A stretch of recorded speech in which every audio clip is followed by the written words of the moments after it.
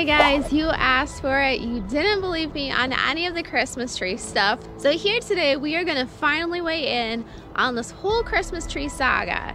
Can you actually make $60,000 per acre? Today we are going to be interviewing the top Christmas tree farm in our area that recently retired just a few years ago. We're going to ask him why he got into Christmas trees, how his experiences were, and was it worth doing? And how are we doing right now? I'm so excited for this interview.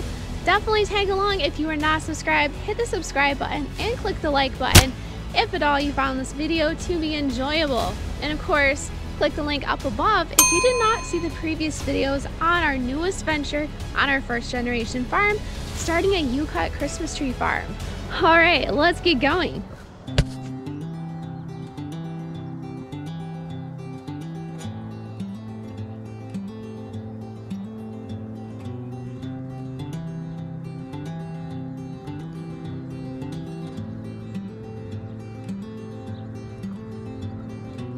You're about the, I think you're the fourth or fifth couple that have wanted to talk to me since we shut down. Meet Larry. He's the owner of the largest tree farm in our area, and he was so excited to give this interview that he didn't even take time to introduce himself before we got started. About starting up a tree farm, and every one of them I always tell them, join the association, join it right away. When you join the association, you get into the big association, and much of the meetings are for everybody, but they have a smaller section of the choose and cut, which is kind of separate from the big wholesalers. Right, because it's different marketing. And it's just a wealth of information about planting, trimming, maintenance, as well as marketing and how to do it. We didn't do that, and we should have done that. We would have learned a lot, saved some pretty critical mistakes. Right.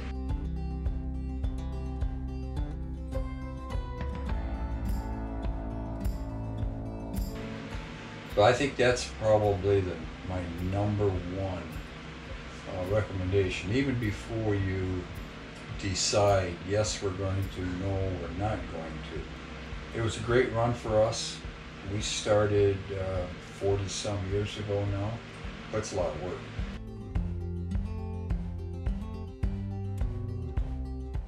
I work full-time, my father worked full-time.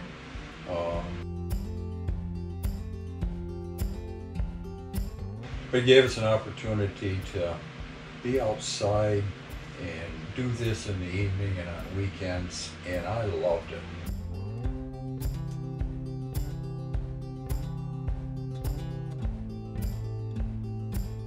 You know, the thought, well, I'm going to stick a bunch of trees in the ground and in 6 or 7 years I'll smile all the way to the bank. That's not Christmas tree farming. Yeah. There's a lot of work goes into it to begin with. I have 2 daughters, but nobody wants to farm. Christmas tree farmer has, generally 2 jobs, unless you're at our level. As a smaller mom-and-pop choose and cut farm, it's not going to be a full-time job. How many trees did you sell on average per year? Our first year, we sold 100 trees.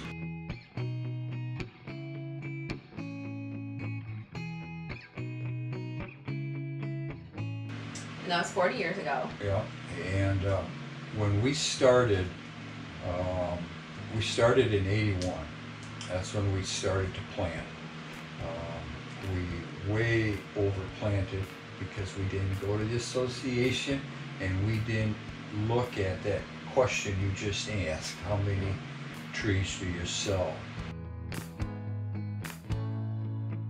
So we overplanted. We planted like 5,000 pine and a couple thousand fir the first year.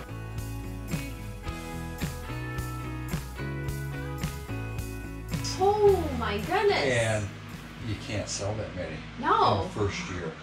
You can't. And so we were way overplanted, and that created a problem. Just under 10,000 trees.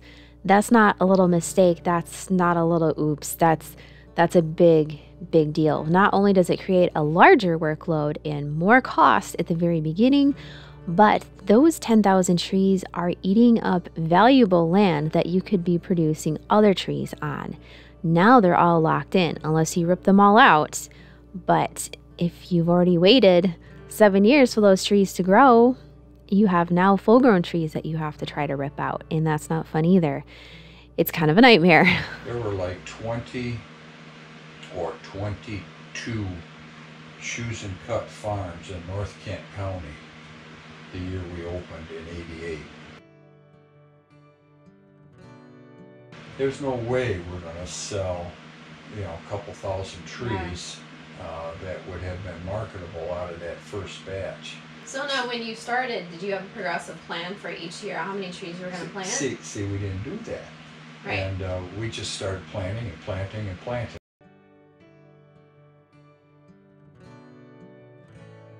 Back to your question, we sold 100 trees the first year, and I think in our peak we were selling just shy of 2,000. Okay.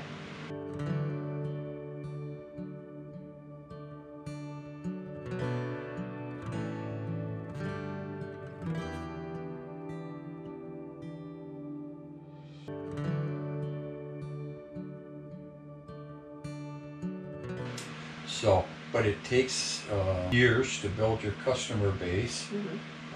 We were very customer orientated. We had the sleigh rides and the horses, and it was we marketed the experience, and the trees were kind of a sideline, and we sold just shy of 2,000 on our peak seasons, but we didn't program that in our planting. And so for the first few years we way over planted. If you think about it, and you're thinking that you'll plant about 8,000 trees a year, and you plant 8,000 trees for the next 7 to 10 years, because that's how long it takes for them to mature, it will take you 7 to 10 years to realize your mistake. And by that time, you are thousands and thousands and thousands of trees above what you need to be in. A lot of them went to waste. I think if someone is willing to put the time and effort into it, now is a good time to get into it. Now is a good time to get into it. It's a lot of work. It's expensive. You plant something today and you don't get a return on it for 7 years. In the long run, it's only a handful in Kent County right now. Competition is way down. So let me address our concerns. My concern mostly, we knew that you guys sold probably about 2,000 or more. That was my guess, just based on the fact that everyone we talked to said you were always sold out of trees. The farm we went to, I counted probably about 15 vehicles there during the half hour we were there. So I could figure that approximately 10 customers per hour, they might be selling 1,000 trees per year. Might be, I don't know. So the way I've been running numbers is how many customers per hour should I expect? So operating hours, I calculated that out for weekends, Friday night, all day Saturday, all day Sunday. Numbers, numbers, numbers. Always run your numbers with any type of farming, but especially Christmas tree farming. Find those farms close to your area that are set up and running the way that you plan to run your farm. Count the number of cars in the parking lot, visit on a couple different days. That will generally give you the idea of how many to expect per hour. Each car is going to have about 1 Christmas tree, so if you have 15 cars, you can expect to sell 15 Christmas trees. And calculate out the number of hours you plan to be open, and that will determine more or less how many Christmas trees you could potentially sell in a season. And then come up with a generalized, we're going to shoot for 500 our first year. My concern is that we might be undershooting our numbers based on the fact that your farm was always sold out. Most of the farms are slowing down. Heart Christmas Tree Farm, I know they're in Rockford. So that would probably be our major co-competitor. I don't want to say competitor because essentially there's no competition if there's not many people involved. But I don't want to come into this not having enough products in too high of a demand, and then people burn out instantly. Wow, bet you didn't see that one coming. Besides planting too many Christmas trees and having too much product to sell, you can also undershoot your numbers and have not enough product for your new customers. And then they might not want to come back, and you just barely got yourself up off the ground. If that happens, you could be finished before you even started. Yes, you're close to Cedar and Sand Lake, and both those communities are growing, which is a good thing. Yeah. The type of people are going to buy trees. But your primary customer base is going to come on the north end of Grand Rapids. Okay. During the week, evenings during the week, we didn't sell much. Have you thought about putting up lights, or was that just going to be How too do you much of light it? 40 acres? So you had the entire 40 acres Yeah. that people had to shop on. Yeah. Was it planned that way, or was it just kind of that's how it happened? It just kind of grew that way. Saturday's your big day. Sunday's a big day. Yep. The day after Thanksgiving is the big day. That Friday. Black Friday. Yeah. Is a good day. And the first weekend of December was the busiest. Yeah. We used to stay open right through Christmas Eve. Really? Basically, there's 4 weeks between Thanksgiving and Christmas, maybe 5, but usually 4. The last week or 2 were pretty slow. Okay. Most people do it the first couple weeks of the season. More and more farms are closing down after 2 or 3 weeks. Not only because they're out of trees, but it just doesn't pay to be open. Now, you had paid employees that you would have to be there, or was it family that was there? No, we had both. It was a mix. We had about 15 employees on weekends. Wow. And then in the barn, we had the hot chocolate and the warming area there. We had chocolate and cookies and stuff like that. And some decorations and some antiques and Christmas tree stands and things of that sort. Ornaments. So that always took 3 or 4 people to Yeah. run that operation too. There's a great profit margin in that stuff. I think there's a great attraction to the hot chocolate and cookies. Okay. That's good You to know. know, Mom and Dad get up on a Saturday morning and say to Junior, we're going to go to the Christmas tree. Where do you want to go? And he says, well, our horses were Ford and Chevy. And so the kids just loved that. And we allowed them to, we had big General Percherons, and the kids would crawl all over the horses. And it was just, I want to go see Ford. I want to go see Chevy. It wasn't necessarily a premium tree that drew them there. Right. It was the experience. Right. And that's what. Yeah. And that was our basis. My dad always wanted to market a family experience to help families stay together. Yep. And that's kind of where we started this whole thing from, which kind of alludes to probably our second worst mistake, was we did not visit enough farms before we opened. And that's all part and parcel of the association. But I would visit farms all over the state of Michigan on those weekends. There's 2 or 3 weekends before the season, just to see how different farms process. I mean, there's a trick. How do you get that tree to the field? Yep. Where do you mark that tree? How do you price that tree? Where do you collect for that tree? And then the various things that different shops have in their warming house. Some markets, they claim that they'll sell 1 or 2 wreaths for every 5 or 10 trees. Wow. There's money to be made there. I see. My neighbor makes really nice wreaths, and I thought about having her jump in and start making some. And then, do you want to make them? You want to make them? It's a lot of work. It takes a lot of product. She can make them. So you got to kind of balance it out. Purchasing the stuff can be difficult. You generally have to have your order in June or July. Are you talking about for trees or for wreaths? Both. Vans is a great place to get them. Probably half our trees came from there. Oh, okay.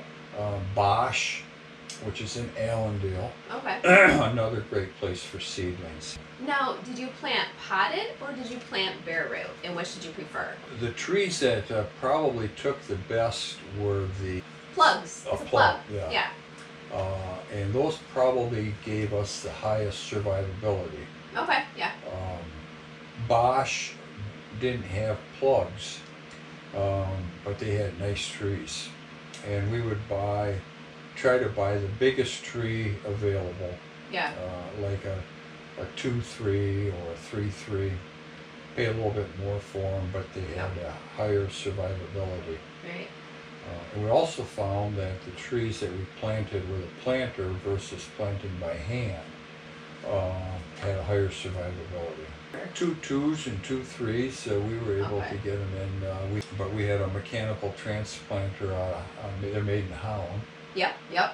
They're expensive too. We looked at them. Yep, they're expensive. And there used to be a place down in Allegan where we could rent them. But that's another advantage of joining the association. You'll find farms that go in and out, specialty equipment that you just don't find on the market. Right. Now, speaking of investing in trees, besides trees and fertilizer, and of course equipment, is there any other expense that goes into trees? Sprays. For like bugs and mildews? Yeah. There's a computer program. Okay. And you can go online. Yeah.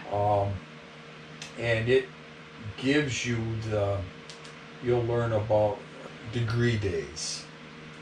Once the temperature is certain number of degrees for a certain number of days, and a day is so many hours out of a 24, then this bug is prevalent on Christmas trees and you need to spray this kind of a chemical. Okay. It's usually pines, and the spruces probably take the most. Okay. So very firs, seldom. Not so much. Very seldom. The firs took the fertilizer. I don't think we ever fertilized spruce or pine. Okay. But they're the ones that would require the spray. Did you water the trees at all? No, we were too big. And that's what I kind of assumed. The good Lord didn't send it. It didn't come. It wasn't meant to be. Yep. Did you farm anything else prior to Christmas trees? Did you have any experience farming? No. I come out of a career in law enforcement. Yep, I know. So that was my career. I always wanted to be a cop, and I always wanted to work on a farm, be on a farm. I have no idea why, because none of my family, none of my grandparents or my uncles. But that was just something that was always inbred in me. And even now that I'm retired, I still like to play around on the farm. I have a few trees. I don't sell trees. I may have 1,000 trees left on our property. Wow, that's a lot. Now, you broke off from the part that sold, so you're going to have all the housing development going in there. Yeah. We never had a neighbor for 40 years that we lived up there. Yeah. And now we do. But we were kind of fortunate. Half our property, not half, a third of our property was in the city. 2/3 of it was in the township. Really? When the time came that nobody wanted the farm, and it just became too much for my wife and I. Right. So we decided to shut it down, and then kind of as confirmation. Shortly after shutting down their farm, both Larry and his wife suffered some health setbacks, which would have caused them to shut down the farm anyway. So shutting it down when they did allowed them to shut it down in a happy state of mind and enjoy it the last few moments of their farming career. What would you say was the #1 problem that you had growing Christmas trees over the years? What was your biggest problem? The #1 problem is probably weed control. Weed control? Yeah. So did the weeds come in and just crowd out the baby trees? It was a non-stop battle. Well, this makes perfect sense because from the get-go, we are already seeing this. And if you were to ask Eric, he is done mowing and weed whacking. He hates it. So I actually have a couple of ideas for summer of 2023 to help keep grass down. So I'm really excited to give it a shot and see if it's going to work, because this could essentially be a game changer. Not just for our farm, but for other farms down the road. So did you go through and glyphosate the entire area and then just go through and spot as you went through, or? Yeah. working full time, obviously our ability to work the farm was restricted between the two of us, maybe 15, 20 hours a piece on that farm. We were always battling weed control. You just can't go through and spray Roundup on all your trees because you won't have any trees left. Right. Now, did that affect the larger trees too, or just the small ones? Well, it affects all of them. Obviously, it affects the small ones, but there's a moisture issue. If you don't keep the weeds mowed down around your mature trees, the grasses will damage the lower branches on your trees. Oh. I enjoy trimming trees. My dad and so I don't think trimming necessarily was a huge problem. Did you use the knives, or did you use the electric? Knife. No, we used a knife. 2 hands? No, I got all my toes too. And we would trim all of them. My dad and we would trim 20, 30,000 trees. But then as my father got older, he couldn't do it. And then for the last, we kind of subcontracted with one of the big wholesalers. Now, after the first few years, you could see where the trees were more bullet-shaped than symmetrical. Oh, okay. Because we had overplanted so bad, we always had more trees than what we could market. There is a market for larger spruce trees and larger fir trees, which we always had. We never had enough of them, and we always had to go out and buy pre-cut. Really? So you had pre-cut on your farm too? And there's always a certain number of people that want to come out and get a pre-cut. Now, have you thought about taking like the bigger trees and cutting them like halfway and then just like selling it as a... Okay. We did a lot of that for our spruces when we started getting enough spruce. Because we marketed the experience, the trend for us was not any one tree. Oh. Whichever tree I had the most of, that's what we sold the most of. Oh. And that was because we marketed the experience, and people were there. Yeah, they wanted a nice tree, but they wanted that experience. They wanted those horse rides. And we had sleighs. The horse-drawn sleighs were a huge attraction. Our goal was never to, run anybody out of business or sell the most trees. Our goal was always to have a lot of fun with the families, and we did. This whole agritourism that is becoming popular in Michigan, there's a good market for that. And I think you're in a good area for it. You'll draw people from, Big Rapids to Muskegon as your name gets known. He continued to tell me about different things we could do with starting up. One person had come to him looking to start up a tree farm, and instead of opening with their U-cut right away, they opened with pre-cut for the first year or two, and he said they did really well just having pre-cut trees out on the lot. And he said some people, that's all they do, is just sell pre-cut trees on their entire farm and set it up just like a U-cut, except you don't cut. We also discussed about animals and different type of animal activities and the pros and cons of that as well. The bottom line is there's a lot of different lucrative options when starting a tree farm. We would have sample trees. We would cut a pine, a fir, a spruce, and we'd have those set up by the barn where we would greet people. We would ask them what kind of a tree you want. Nice, okay, come on over here. Here's Christmas tree 101. And you can have all the trees there, people can touch them and pull on them. And okay, I think I want to find a tree like that. I want that, a tree like that. Where do I go? And then you say, oh, you go over here to this section, or you go over here to that section.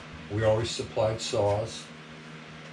There are some farms that will take a deposit on the saw. Over the years, I always ended up with more saws at the end of the year than I started. Because so many people would bring their own and leave them. And we never charged by the foot. Some farms charge by the foot. We just charge by the species. Really? So if it was an 8-9 foot tall tree, it was the same price as a 5 foot? Yep. But the most important person on your farm is the greeter. When people pull in, they don't know anything. Somebody needs to greet them right off the bat. The greeter is probably the most important person on your farm. That starts the process. First impressions are lasting impressions. Right. And the people say, boy, this is a friendly place. First year for the guy that one of the guys that we kind of helped going here, he's quite a ways from a population center too. It's from Kentwood, Cutlerville, South Grand Rapids. And they beat him up that first year when he was just... They beat him up? Like they swarmed him like too many trees? He couldn't keep up with the business. Oh my gosh, so scary. He was overwhelmed. And it was just him? He didn't have any family? He had his brother and his dad. And it was all you cut, or did he have the pre-cuts? They were all pre-cuts that he staked out there. It's kind of the pre-sales. Yeah, okay, that guy. Yeah. He had syrup and jellies and all those types of things that agritourism markets. Your clientele here is going to be a lot different than East Grand Rapids clientele. Oh, for sure. Yeah. So you take advantage of that. Did you want to walk out the front and up here? Sure. Yeah. Oh, we'll go look at the area. Stay tuned for our final interview with Mr. Larry as we take him through our newly established baby Christmas tree farm and see his input on how we did, what our ideas are, and how our baby trees are doing. It's definitely another interview that you don't want to miss, especially if you're curious about this new endeavor. Be sure you're subscribed and have your bell turned on so you don't miss any of the upcoming videos. And don't forget, we still have more of hay season to cover. Thank you guys so much. Love you. Take care. Bye.